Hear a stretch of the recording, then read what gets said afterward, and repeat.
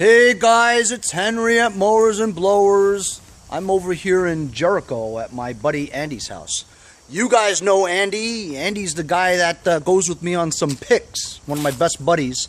We also went to go pick him up that Troy-built Super Bronco. You guys remember that? Anyway, so we've got kind of a fun test we're going to do today. As I was at his house, he said, you know my Toro lawnmower? He only had this for like 3 years, okay? Don't do anything yet.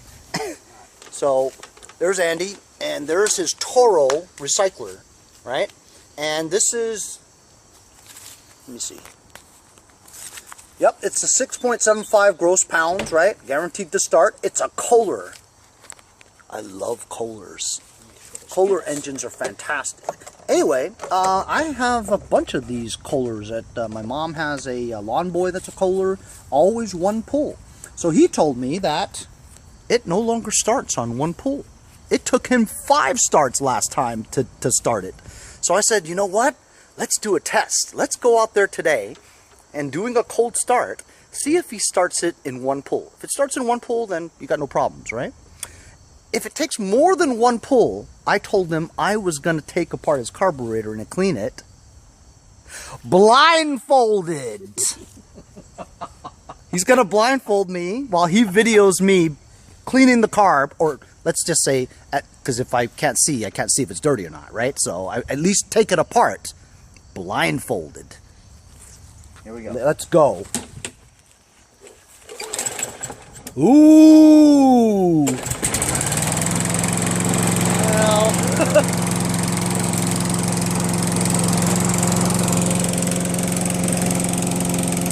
There's probably nothing wrong with the carburetor, you know what I mean? But how about this? So guess what? We can't do the test. You know why? Because he has other issues going on with this carburetor. It's not the carburetor. He's got, just by looking and the way it sounds, he's got an air vane auto choke problem, like a linkage with the air vane and auto choke problem. I'll show you guys while we're at it, you know. But I'm not going to do it blindfolded because actually I'm not that familiar with the Kohler ones. I thought it was Briggs & Stratton, you know, the one with the auto choke. That I'm very familiar with. I mean, the Kohler carburetor is actually a pain to take off, you know. The auto choke thing, you got to disengage that thing from the muffler and take the carb off. I mean, I've done like 20 of them, but, you know, the Kohler one is actually one of the harder carburetors to remove. But, you know, we'll do a video on this. So as he was running it, right, it just seemed kind of funny. So we're going to remove that air cover, and this is okay, you know what I'm saying? So I'm going to explain to you guys as well as my friend Andy how this works. So this is the Kohler auto choke. The muffler over here has a thermostat type thing over there, right? And when the engine's cold, this part here keeps the choke flap closed, okay? And from that being closed completely, it allows for a one-pull start. The minute the muffler starts to heat up, the thermostat moves, pulls this thing, this linkage, to have the flap open to run. There's a linkage in there that I saw floating around. I don't think I've ever. This is a very new model, and I've actually never worked on something that has that, you know. But just from looking, you can see that it's missing a screw there, and I believe that goes there. But you know what? We're going to take apart this base here, and I know it's 10mm bolts. So we're going to use his impact driver and get those bolts off. So I just removed the two 10mm bolts, and the cover comes off just like that. Easy. Just let it hang on the side like that. That's very interesting. Kind of dirty here, but that's okay. We'll just brush it off, away from the holes. Hey! Side joke, guys. So like I said, you can see the carburetor. It's open now because we ran it a few times, but if we didn't run it, it would be closed like this. Once you did start it, it heats up and it opens it up. So what I see here, this little thing here is supposed to be connected to that, I think.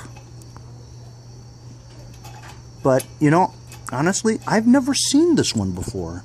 So I don't even know what goes on there, you know? If it's just a simple screw that holds there, because it looks like it moves along with it. So the screw cannot be tightened down. It's just for stability is what I'm thinking. But it definitely needs something there. This thing starts fine, but just so I can show my buddy Andy here the bowl, right? So that he knows how to do it. We're going to check the bowl to see if there's any debris in there and see how clean it is. I'm going to try to find a little screw too. Yeah. Well, you know what? Before that, we're going to go look online and see exactly what that's supposed to look like. Because it looks like, right, that this is free. Like it's supposed to move around so you can't tighten it. You know what I mean? But wouldn't you say that this definitely goes there? Totally. You can see some sort of mark right on top of it. Where So used to that be. definitely has to go there. And this was the cause of your... Dude, look at this. What the hell? It's missing the nut on the other side. Oh shit. Gosh. Yeah, I got it. Yeah, so... Honestly, guys, I've never seen one like this before. Alright, look. Take a picture. Boom. Alright, I'm going to take the carburetor off. He just gave me a wood clamp. I've never used a wood clamp to stop the fuel before, but that's kind of cool. Alright, I'm going to take the bowl off now. It goes there. So, a rusted C-clamp, E-clamp is really tiny E-clamp. Super tiny. Off the bolt, the little small screw that went on there. Here. This one right there. That tiny little thing. See? You can see that there's a groove there for the E-clamp. Now, I don't know where the hell we're going to get an E-clamp that small, you know? We're going to have to just find some kind of a screw and nut combo that'll fit through that hole. So we couldn't find, obviously, the bolt. So we just found a couple of wood screws that... This one fits in there really well. This one, not really. I mean, it's a little loose, but I think it's supposed to be so that you can move it around. You know what I'm saying? So I'll do some more research on this because I'm kind of curious myself, but I think we got it. You know what I'm saying? So I'm going to put this back and give it a pull. Alright, so we just put it back together. Let's see how it sounds.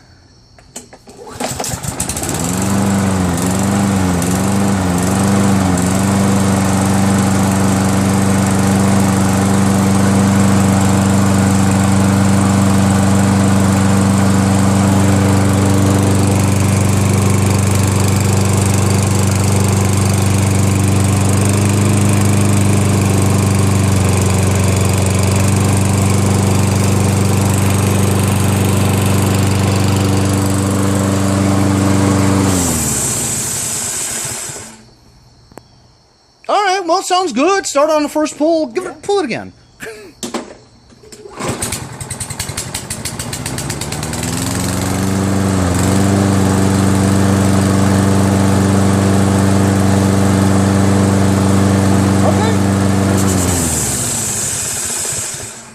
Okay, cool. Let's try it again.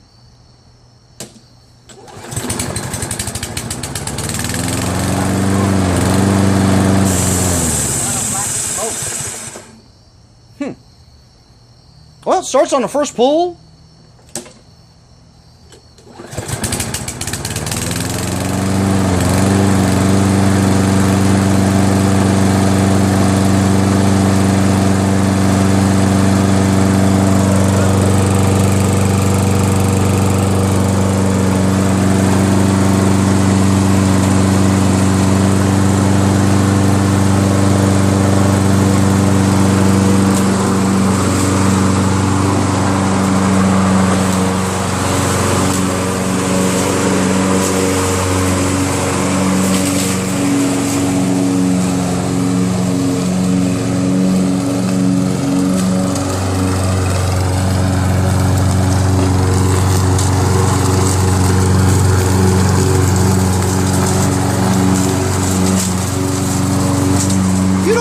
Settings on too low or what?